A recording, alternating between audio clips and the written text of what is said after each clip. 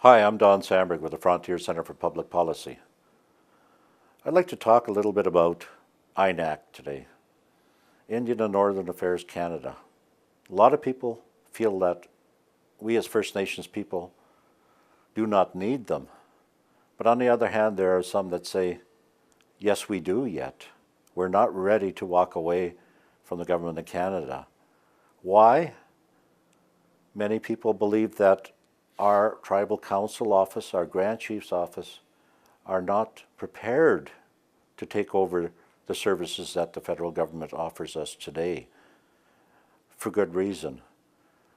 Recently, in the last election, Paul Martin and his Liberal government promised the Aboriginal people $5 billion.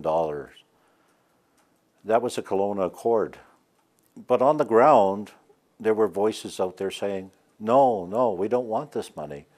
Which is really surprising. You don't want this money, yet there's so many needs on the reserve. $5 billion. So I asked why. And he said, oh yeah, we do need the money, but not yet. The simple reason is we do not have faith in our tribal governments that the money would make it back to the reserve, a good portion of it. The lawyers, the consultants, and those in the Indian industry at the top end would be paid out first. And what would come down to our First Nations would be minimal. He had a point there. So we have to work at being more accountable in our tribal councils, our band governments, to our people, more transparent, more open, more rules, more regulations to meet these ends. Right now, our transfer payments come from Ottawa, and we are guaranteed, based on our populations, on our First Nations, that we are going to receive a per capita payment of a certain amount of money. Now, say for example, we went into self-government in the province of Manitoba, and all the money was transferred to a tribal government here in Winnipeg. Could we, as it works now, trust that government that each First Nation in Canada, based on the number of people, will receive the appropriate per capita payment? Well, many think, no, this is not so. So we really have to work. And how do we do this? Some say that maybe we should be involved in electing our Grand Chiefs.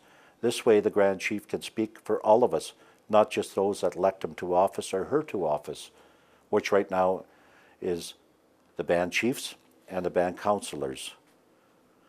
Then a Grand Chief could stand up and say, I represent all the Aboriginal people in the province of Manitoba, and he would be right.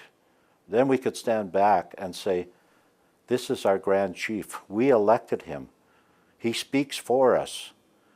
When we want to bring our views out on how we can improve things, we can invite the Grand Chief to come and speak to us. As it is right now, we cannot do that.